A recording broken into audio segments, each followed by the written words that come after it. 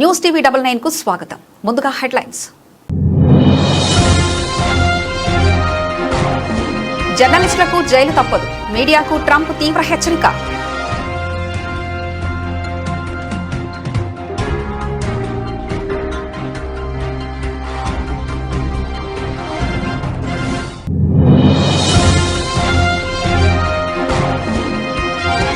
భారత అణుశక్తి కార్యక్రమంలో మరో చారిత్రాత్మక అధ్యయనం. చారిత్రాత్మక విజయంపై ప్రధానమంత్రి నరేంద్ర మోదీ హర్షం వ్యక్తం.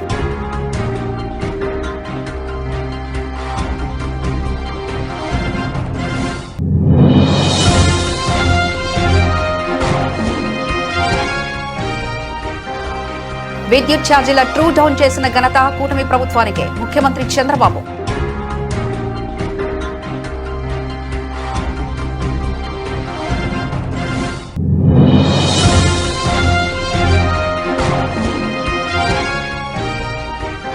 అప్పా జంక్షన్ వద్ద హరీష్ రావును అడ్డుకున్న పోలీసులు, కాన్వాయ్ ముందుకు వెళ్లకుండా అడ్డంగా లారీలు.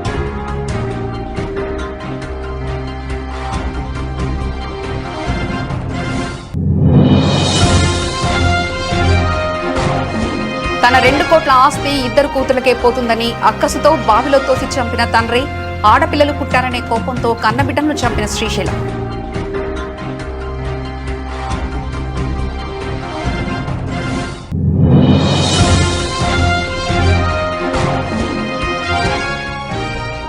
అమరావతి పేర దోపిడీ చేయడానికే చంద్రబాబు ఈ చట్టబద్ధత అనే నాటకం. మాజీ మంత్రి గుడివాడ అమర్నాథ్ మండిపాటు.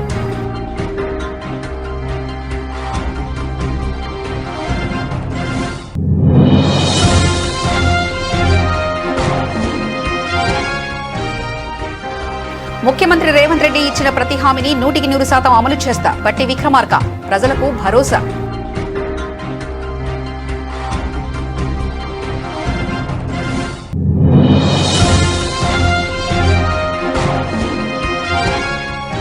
ఉద్యమకారుల ప్రాణత్యాగాల మీద ఏర్పడిన తెలంగాణ నేడు కాంగ్రెస్ దొంగల పాలైంది. మండపడ్డ BRS general secretary RS Praveen Kumar.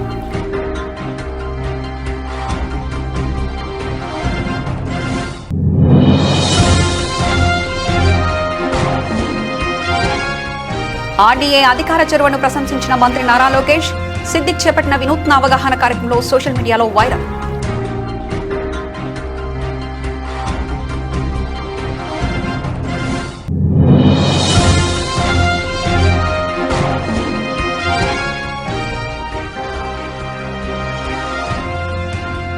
దగ్గర పడుతున్న అమెరికా గడు, నష్టాల్లో స్టాక్ మార్కెట్.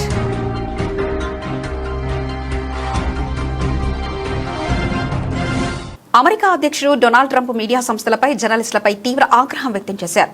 ఇరాన్లో అమెరికా చేపట్టిన అత్యంత కీలకమైన రెస్క్యూ ఆపరేషన్ కు సంబంధించిన సమాచారాన్ని లీక్ చేసిన వారిపై చట్టపరమైన చర్యలు తీసుకుంటామని సోర్స్ ను వెల్లడించిందని, రిపోర్టర్లను జైలుకు పంపుతామని హెచ్చరించారు. ఇరాన్లో చేపట్టిన ఈ హై రిస్క్ ఆపరేషన్లో ఒక అమెరికా సైనికుడిని రక్షించగా మరొకరు ఇంకా గల్లంతయ్యారని మీడియాలో వార్తలు వచ్చాయి. ఈ లీక్ వల్ల ఇరాన్ అధికారులు అప్రమత్తమయ్యారని, దీంతో గల్లంతైన సైనికుడితో పాటు అతన్ని వెతకడానికి వెళ్లిన వందలాది మంది ప్రాణాలకు ముప్పు వాటిల్లుతుందని ట్రంప్ ఆరోపించారు. ఈ లీక్ కారణంగా ఇరాన్ దేశం మొత్తానికి విషయం తెలిసిపోయిందని ఆయన అన్నారు. ఈ సమాచారాన్ని లీక్ చేసిన వ్యక్తిని అనారోగ్య వ్యక్తిగా అభివర్ణించిన ట్రంప్, ఆ వార్త రాసిన జర్నలిస్టు సోర్స్ పేరు చెప్పకపోతే జైలుకు వెళ్లాల్సిందేనని స్పష్టం చేశారు. ఆధారాన్ని అప్పగించండి లేదా జైలుకు వెళ్లండి ట్రంప్ వ్యాఖ్యానించారు. ఈ లీక్ పై వైట్ హౌస్ ఇప్పటికే దర్యాప్తు ప్రారంభించిందని తెలిపింది. ఇదే సమావేశంలో న్యూయార్క్ టైమ్స్ రిపోర్టర్ పై ట్రంప్ విరుచుకుపడ్డారు. ఆ పత్రికకు విశ్వసనీయత లేదని, తన ఎన్నికల ఫలితాలపై తప్పుడు కథనాలు ఇచ్చిందని ఆరోపించారు. మీరు ఫేక్ అంటూ రిపోర్టర్లను ఉద్దేశించి వ్యాఖ్యానించారు. భారత అణుశక్తి కార్యక్రమంలో మరో చారిత్రాత్మక అధ్యయనం లిఖితమైంది. తమిళనాడులో కల్పాక్కంలో ఏర్పాటు చేసిన ఫోట్రోటైప్ ఫాస్ట్ బ్రీడర్ రియాక్టర్ పిఎఫ్బిఆర్ సోమవారం క్రిటికాలిటీని సాధించింది. దేశీయ అణు కార్యక్రమం 2వ దశలో ఇది అత్యంత కీలకమైన ముందడుగు. ఈ చారిత్రాత్మక విజయంపై ప్రధానమంత్రి నరేంద్ర మోదీ హర్షం వ్యక్తం చేశారు. ఇది దేశానికి గర్వకారణమని, మన శాస్త్రవేత్తలు, ఇంజనీర్లకు అభినందనలని ఆయన తెలిపారు. ఈ సందర్భంగా ప్రధాని మోదీ స్పందిస్తూ, భారత పౌర అణు ప్రస్థానంలో ఇదొక చారిత్రాత్మక ఘట్టమని, పూర్తిగా దేశీయంగా రూపొందించి నిర్మించిన ఈ అడ్వాన్స్డ్ రియాక్టర్ క్రిటికాలిటీని సాధించడం మన శాస్త్రీయ సామర్థ్యానికి, ఇంజనీరింగ్ నైపుణ్యానికి నిదర్శనమని ప్రశంసించారు. ఈ రియాక్టర్ వినియోగించుకున్న ఇంధనం కంటే ఎక్కువ ఇంధనాన్ని ఉత్పత్తి చేయగలదని, ఇదే దీని ప్రత్యేకత అని ఆయన వివరించారు. ఈ విజయంతో దేశ అణు కార్యక్రమం 3వ దశకు మార్గం సుగమం అయిందని ప్రధాని పేర్కొన్నారు. మన దేశంలో అపారంగా ఉన్న థోరియం నిల్వలను సద్వినియోగం చేసుకోవడంలో ఇదొక నిర్ణయాత్మకమైన ముందడుగు అని ఆయన అభివర్ణించారు. ఈ విజయం వెనుక ఉన్న శాస్త్రవేత్తలు, ఇంజనీర్ల కృషిని కొనియాడుతూ వారికి శుభాకాంక్షలు తెలిపారు. ఈ పరిణామంతో అణు ఇంధన రంగంలో భారత్ స్వయం సమృద్ధి దిశగా మరో పెద్ద అడుగు వేసినట్లయింది. बीजेपी एनडीए सरकार जहां भी है, बहनों बेटियों की सुरक्षा, सम्मान और समृद्धि हमारी प्राथमिकता रही है। लेकिन मोदी अपनी बहनों के लिए कुछ भी करे, कांग्रेस को ये बिल्कुल अच्छा नहीं लगता। कुछ दिन पहले मैं चाय बागान में गया था, वहां की बहनों से मिला। वे सभी बहुत खुश थी और उन्होंने गीत संगीत का भी आयोजन किया था। लेकिन कांग्रेस ने बहनों के साथ मेरी बातचीत को लेकर भी गंदगी फैला दी। कांग्रेस के लोग चाय बागान की बहनों के पहनावे और उनकी संस्कृति को बदनाम कर रहे हैं, एआई से झूठी तस्वीरें बना रहे हैं। साथियों, बहनों के लिए कुछ भी काम हो, कांग्रेस उसका विरोध ही करती है। यहां देखिए, अरुणोदय योजना को लेकर ये क्या कह रहे हैं। चुनाव के बाद ये होगा, वो होगा, ऐसा कहकर डराते हैं। लेकिन असम बीजेपी ने घोषणा की है कि चुनाव के बाद अरुणोदय स्कीम का दायरा और बढ़ाया जाएगा। साथियों, कांग्रेस के लोगों उज्ज्वला के मुफ्त गैस कनेक्शन को लेकर भी यही झूठ फैलाया था, लेकिन योजना आज तक चल रही है। ये लोग लखपति दीदी अभियान को लेकर भी ये झूठ फैलाते थे। आज असम की लाखों बहनें लखपति दीदी बन चुकी है और आने वाले समय में 40 लाख बहनों को लखपति दीदी बनाने का हमने लक्ष्य रखा है। साथियों, कांग्रेस ने तो सालों तक महिला आरक्षण के मामले को भी लटकाए रखा। एनडीए ने नारी शक्ति वंदन अधिनियम पारित करवाया।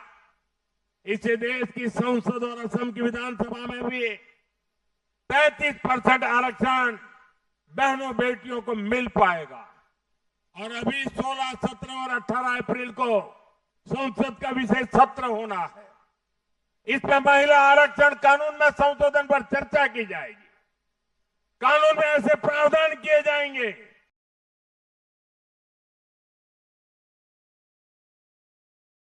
వైసీపీ ప్రభుత్వం విద్యుత్ ఛార్జీలు పెంచి 1.24 లక్షల కోట్ల మేరకు అప్పులు చేసింది.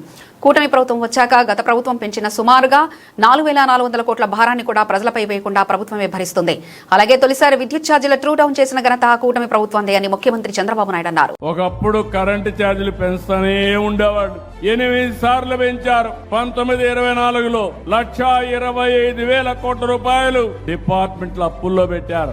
ఈ రోజు ఈ ప్రభుత్వం వచ్చిన తర్వాత సమర్థతో పనిచేస్తున్నాం. కరెంటు ఛార్జీలు పెంచమని చెప్పాం. వాళ్ళు పెంచిన 4,660 కోట్లు ట్రూ అప్ ఛార్జెస్ ని ట్రూ డౌన్ ఛార్జెస్ గా చేసి ఎవరికి భారం పడకుండా చేసింది ఈ ప్రభుత్వం అని చెప్పి నేను మీకు తెలియజేస్తున్నా. అదే మరిగా నీటి ఎద్దడి మీరు గుర్తుపెట్టుకోవాల్సిన అవసరం ఉంది. ఒక గోదావరి చూస్తే సంవత్సరానికి 3,000 టీఎంసీ నీళ్లు సముద్రానికి ఆవరేజ్ వెళ్ళిపోతున్నాయి. నిన్న పోయిన సంవత్సరం కృష్ణాలో 1,500 టీఎంసీ నీళ్లు సముద్రంలోకి వెళ్ళాయి. కనీసం ఇందులో ఇక్కడ ఉండే నీళ్లని ఉపయోగించుకుని ఒక 200, 300 టీఎంసీ నీళ్లు తేగలిగితే ఇంకా కరువు అనే మాటే ఉండదు. ఈ రోజు నేను గర్వంగా చెప్తున్నాను, రబీ ఖరీఫ్ 2 పంటలు అయిపోయిన తర్వాత ఒక్క జలాశయాల్లోనే 65% నీళ్లు నిండుగా ఉండి జలాశయాలన్నీ కూడా జల కళ సంతరించుకున్నదంటే అది పోలీస్ నిర్బంధాలు, అణిచివేత చర్యల మధ్య వికారాబాద్ జిల్లా పరిగి రైతుల వద్దకు మాజీ మంత్రి BRS deputy floor leader Harish Rao బయలుదేరారు. మాజీ మంత్రులు సబితా ఇంద్రారెడ్డి, ఎర్రబెల్లి దయాకర్ రావు, మాజీ ఎమ్మెల్యేలు ఆల వెంకటేశ్వరరెడ్డి, దివాకర్ రావు, మాజీ చైర్మన్ ఎర్రోల దయాకర్ రావుతో కలిసి ఆయన పరిగికి బయలుదేరారు. ఈ క్రమంలో మార్గదర్శకంలో అప్పా జంక్షన్ వద్ద పోలీసులు అడ్డుకున్నారు. పరిగికి చేరుకోకుండా హరీష్ రావును పోలీసులు అడ్డుకున్నారు. హరీష్ రావు కాన్వాయ్ ముందుకు వెళ్లకుండా లారీలను రోడ్డు కట్టంగా పెట్టారు. రైతులకు భరోసాగా వెళ్తున్న హరీష్ రావును అరెస్ట్ చేసేందుకు యత్నించారు. అయితే పోలీసుల తీరును బీఆర్ఎస్ శ్రేణులు తీవ్రంగా వ్యతిరేకిస్తున్నారని, ఈ క్రమంలో పోలీసులు బీఆర్ఎస్ నాయకుల మధ్య తీవ్ర వాగ్వాదం నెలకొంది. బీఆర్ఎస్ శ్రేణులు రోడ్డుపై బైఠాయించి ఆందోళన చేపట్టారు. దీంతో అప్పా జంక్షన్ వద్ద ఉద్రిక్తత వాతావరణం నెలకొంది. పరిగిలో రైతుల్ని పరామర్శించడానికి, రైతులకు భరోసా ఇవ్వడానికి వెళ్తున్నటువంటి మమ్మల్ని ఇవాళ అన్యాయంగా అరెస్ట్ చేసేటువంటి ప్రయత్నం ఈ ప్రభుత్వం చేస్తా ఉంది. వాస్తవానికి ఇవాళ రేవంత్ రెడ్డి పాలన రాక్షస పాలనగా మారింది. ఇవాళ రాముడెవడో రాక్షసుడెవడో ఇవాళ నిరుద్యోగ యువకుల్ని అడిగితే చెప్తారు.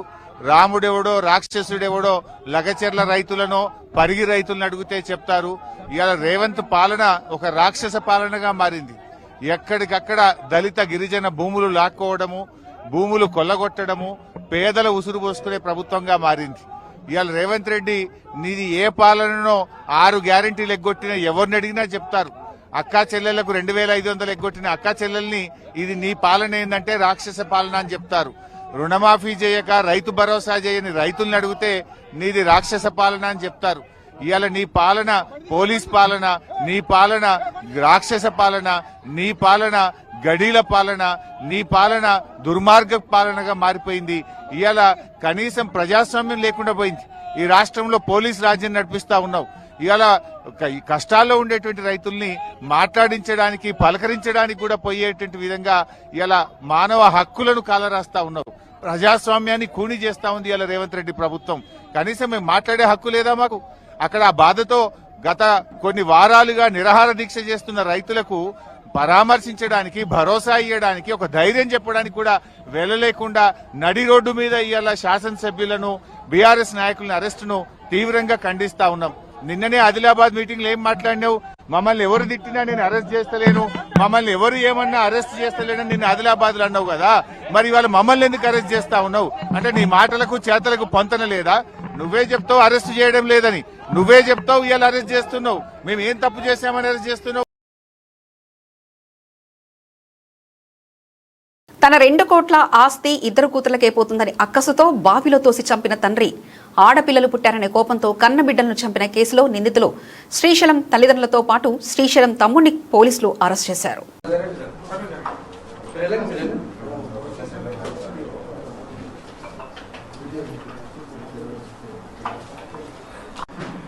Twin girls in Jubilee Nagar village of Karimnagar Mandal. ఈ ఇన్సిడెంట్ 3rd April రోజు జరిగింది ఇన్ జూబ్లీ నగర్ విలేజ్. దీంట్లో main accused is the victim's father only. The deceased are 2 4-year-old girl child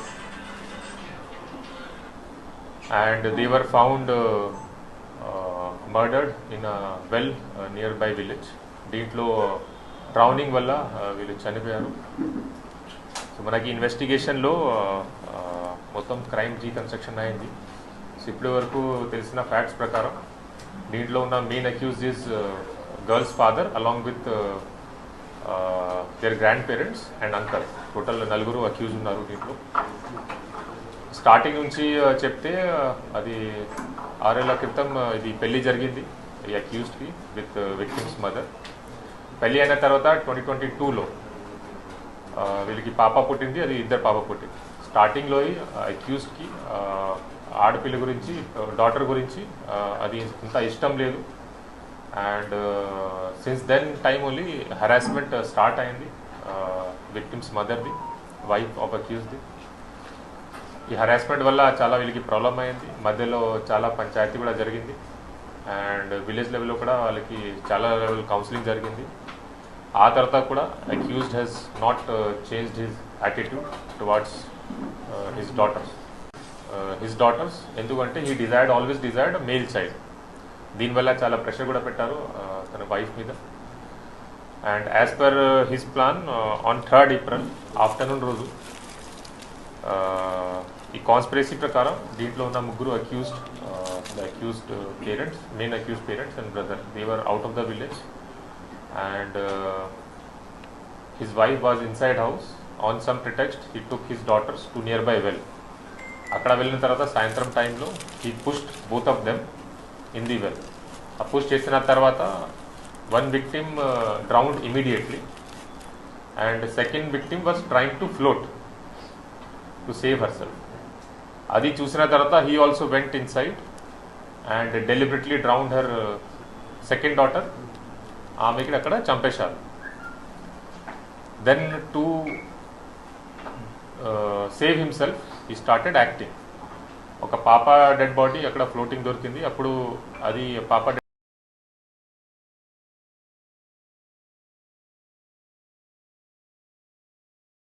Jagan ప్రతిపాదించిన ప్రాంతానికి వ్యతిరేకమా లేక మావిగన్ అనే పేరుకు వ్యతిరేకమా అనేది కూటమి ప్రభుత్వం చెప్పాలని, రాజధానికి చట్టబద్ధత అవసరమైనట్లయితే ఇదే ఎన్డీఏ ప్రభుత్వం గతంలో కొత్తగా ఏర్పాటు చేసిన 3 రాష్ట్రాల్లో రాజధానికి చట్టబద్ధత ఎందుకు కల్పించలేదని, ప్రజలను మభ్యపెట్టడానికి అమరావతి పేర దోపిడీ చేయడానికి చంద్రబాబు ఈ చట్టబద్ధత అనే నాటకం ఆడుతున్నారని మాజీ మంత్రి గుడివాడ అమర్నాథ్ మండిపడ్డారు. జగన్మోహన్ రెడ్డి గారు పెట్టినటువంటి ఆ పేరుకు వ్యతిరేకమా లేకపోతే జగన్మోహన్ రెడ్డి గారు ప్రతిపాదించినటువంటి ఆ ప్రాంతానికి వ్యతిరేకమా ఒకసారి ఈ సందర్భంగా సమాధానం చెప్పాలి.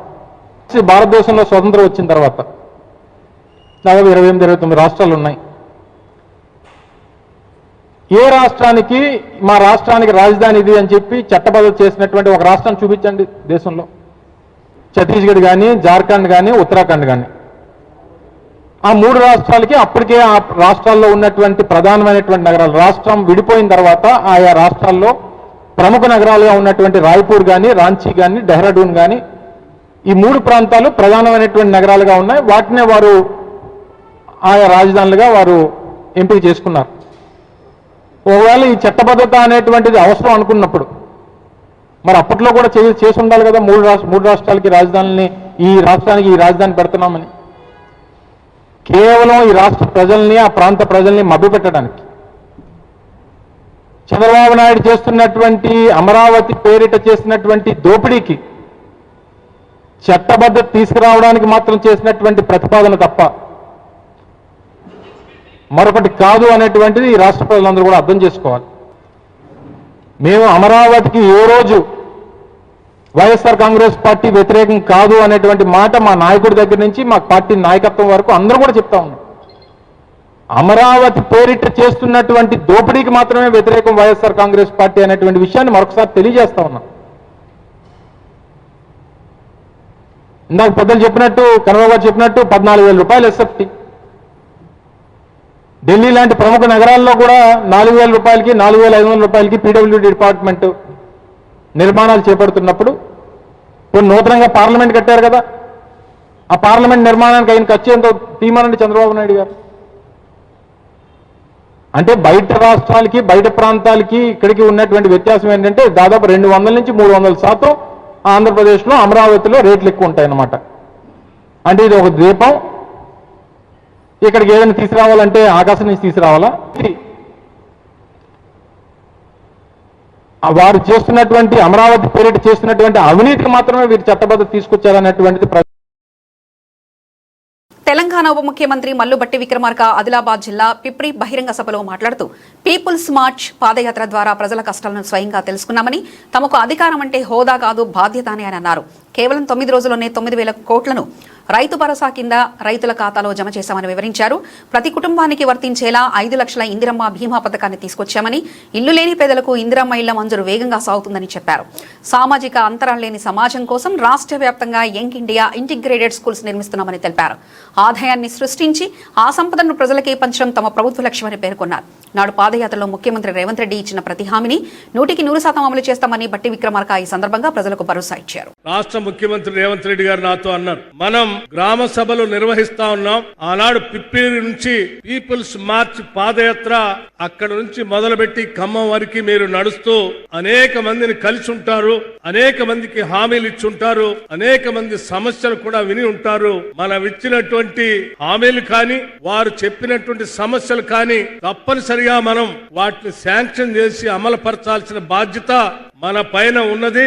మీరు పిప్పిరిలో భారీ బహిరంగ సభ ఏర్పాటు చేసి ఆదిలాబాద్ శాసనసభ, ఉమ్మడి శాసనసభ నియోజకవర్గంలో పాదయాత్ర సందర్భంగా మీరు ఇచ్చిన హామీలన్నిటికి కూడా మనం అక్కడ శాంక్షన్ చేసి భూమి పూజ చేసి వారందరికీ మనం ఇచ్చినటువంటి హామీలను నిజం చేద్దాం. అదే మనం నిజమైనటువంటి ప్రజాపాలన, ప్రజలకు ఇచ్చేటువంటి పాలన. ఆ ఏర్పాట్లు చూడండి అని చెప్పి వారే నాతో స్వయంగా చెప్పి ఈ సభ ఏర్పాటుకి వారే కారణం.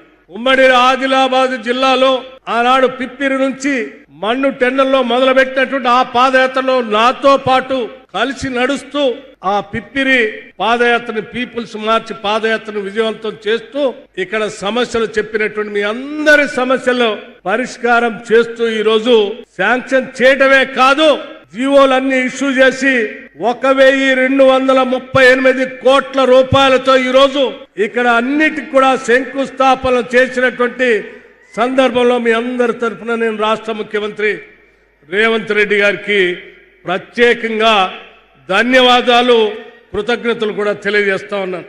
ఈ సభ ఒక రాజకీయ సభ కాదు.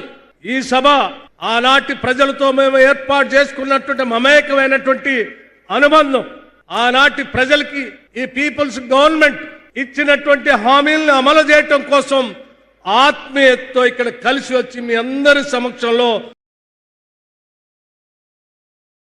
ఖమ్మం జిల్లా వెలుగుమట్లలో మంత్రులు పొంగులేటి శ్రీనివాసరెడ్డి, తుమ్మల నాగేశ్వరరావు, మల్లు బట్టి విక్రమార్క కలిసి 52 ఎకరాల్లో పేదలు గుడిసెలు వేసుకుని నివసిస్తుండడంలో 4,000 మంది పోలీసుల బందోబస్తుతో 600 ఇళ్లను రాత్రికి రాత్రి కూల్చివేశారు. ఈ ఘటనతో సలోమి అనే ఒక అమ్మాయి తన పరీక్షలను వదిలేసి బుల్డోజర్లకు అడ్డుగా నిలబడింది.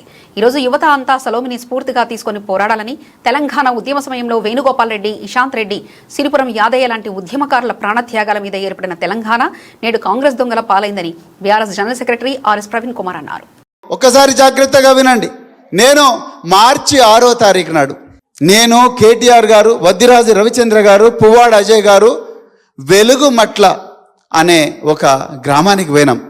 ఖమ్మం దగ్గర, ఖమ్మానికి 3 కిలోమీటర్ల దూరంలో ఉంటుంది. 52 ఎకరాల భూమిలో మనందరి సామాజిక వర్గాల నుంచి వచ్చిన ఎంతోమంది పేద ప్రజలు పొట్ట చేత పట్టుకొని పట్టణ ప్రాంతాలకు వచ్చి బతుకుదామని చెప్పేసి 60 గజాల్లో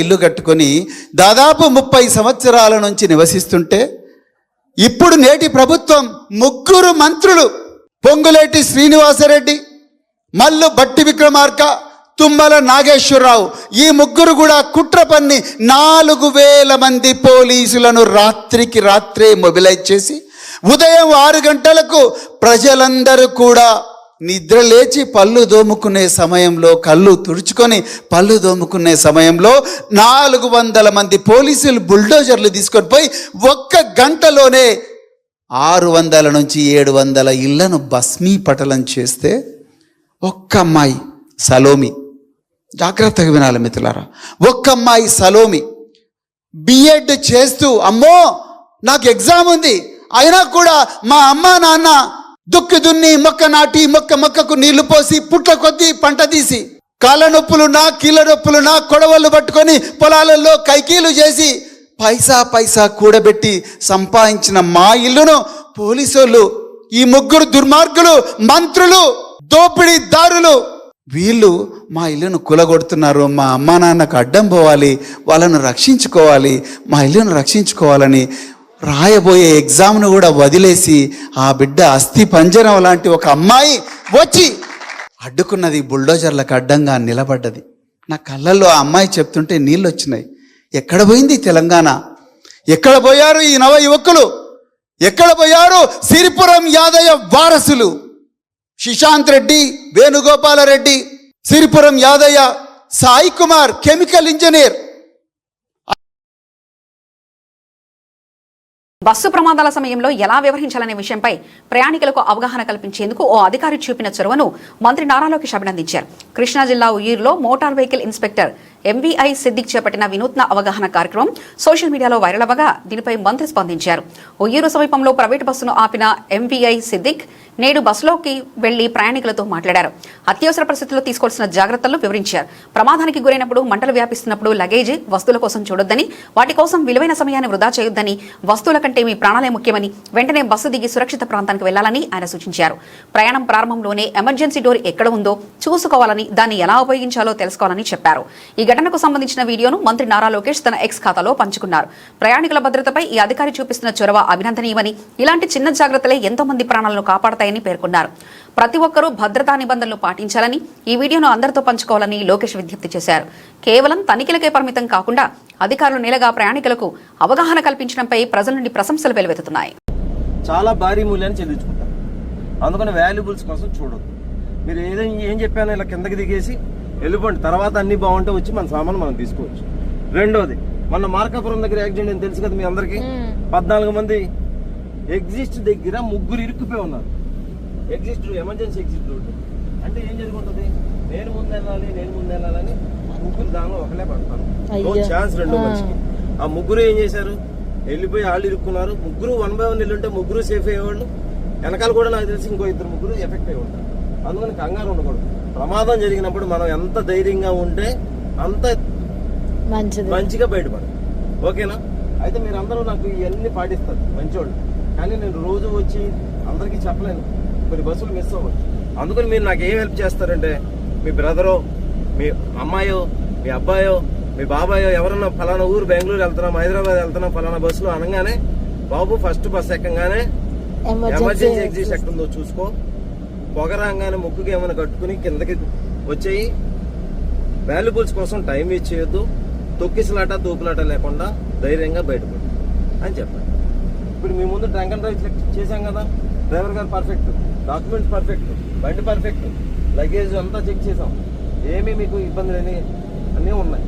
కాబట్టి మీరు చేయాల్సింది ఏంటంటే చక్కగా హ్యాపీగా నిద్రపోయి హ్యాపీగా ఇంటికి. హర్ముజ్ జలసంధిని పూర్తిగా తెరిచేందుకు అమెరికా అధ్యక్షుడు డొనాల్డ్ ట్రంప్ ఇరాన్కు విధించిన గడువుకు కొన్ని గంటలు మాత్రమే మిగిలి ఉన్న నేపథ్యంలో దేశీయ స్టాక్ మార్కెట్ నష్టాల్లో ప్రారంభమైంది. అంతర్జాతీయ మార్కెట్లోని మిశ్రమ సంకేతాలు స్టాక్ మార్కెట్పై ప్రభావం చూపుతున్నాయి. పశ్చిమాసియా యుద్ధంపై అనిశ్చితి కొనసాగుతుందని, ఇరాన్, అమెరికా, ఇజ్రాయెల్ దేశాలు యుద్ధంపై వెనక్కి తగ్గడం లేదని, అదే సమయంలో కొన్ని దేశాలు మధ్యవర్తిత్వం వహించి యుద్ధాన్ని ఆపే ప్రయత్నం చేస్తున్నాయి. ఈ నేపథ్యంలో మార్కెట్లో అప్రమత్తత కనిపిస్తుంది. ఉదయం 9:24 సమయంలో సెన్సెక్స్ 529 పాయింట్లు కోల్పోగా 73,576 వద్ద నిఫ్టీ 155 పాయింట్లు నష్టపోయి 22,813 వద్ద ట్రేడ్ ఆగిపోయింది. ఉదయం 10:45 సమయానికి సెన్సెక్స్ 156 పాయింట్లు, నిఫ్టీ 31 పాయింట్ల నష్టాల్లో ట్రేడ్ అయింది. బులెటిన్ ముగించే ముందు హెడ్లైన్స్ మరోసారి చూద్దాం. జర్నలిస్టులకు జైలు తప్పదు, మీడియాకు ట్రంప్ తీవ్ర హెచ్చరిక.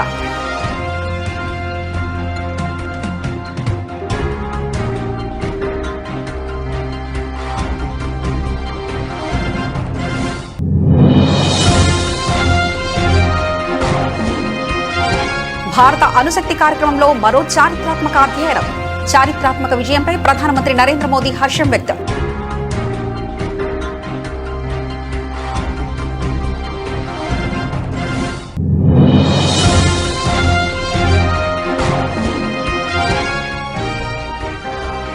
విద్యుత్ ఛార్జీల ట్రూ డౌన్ చేసిన ఘనత కూటమి ప్రభుత్వానికే, ముఖ్యమంత్రి చంద్రబాబు.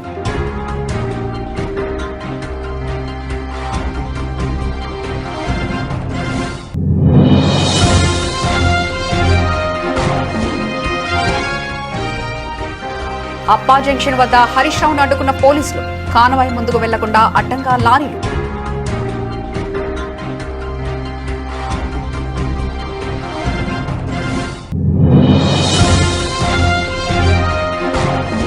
తన 2 కోట్ల ఆస్తి 2 కూతులకే పోతుందని అక్కసుతో బావిలో తోసి చంపిన తండ్రి, ఆడపిల్లలు పుట్టారనే కోపంతో కన్నబిడ్డను చంపిన శ్రీశైలం.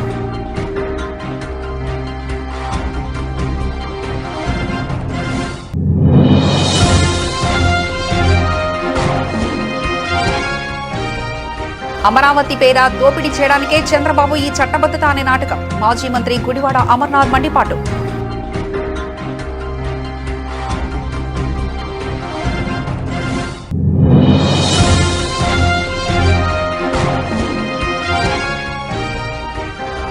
ముఖ్యమంత్రి రేవంత్ రెడ్డి ఇచ్చిన ప్రతి హామీని 100% అమలు చేస్తా, బట్టి విక్రమార్క. ప్రజలకు భరోసా.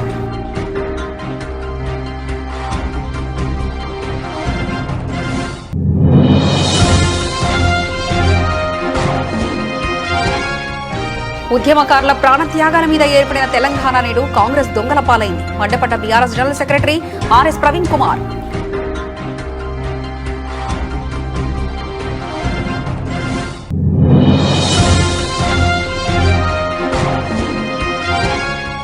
ఆర్డీఏ అధికార చొరవను ప్రశంసించిన మంత్రి నారా లోకేష్. సిద్దిక్ చేపట్టిన వినూత్న అవగాహన కార్యక్రమంలో సోషల్ మీడియాలో వైరల్.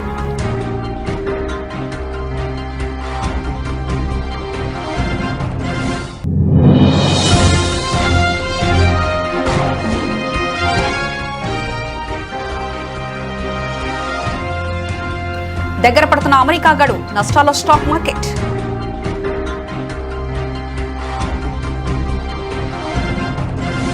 ఇవి ఇప్పటివరకున్న అప్డేట్స్. మరో బులెటిన్లో మళ్ళీ కలుసుకుందాం. అంతవరకు సెలవు. నమస్కారం.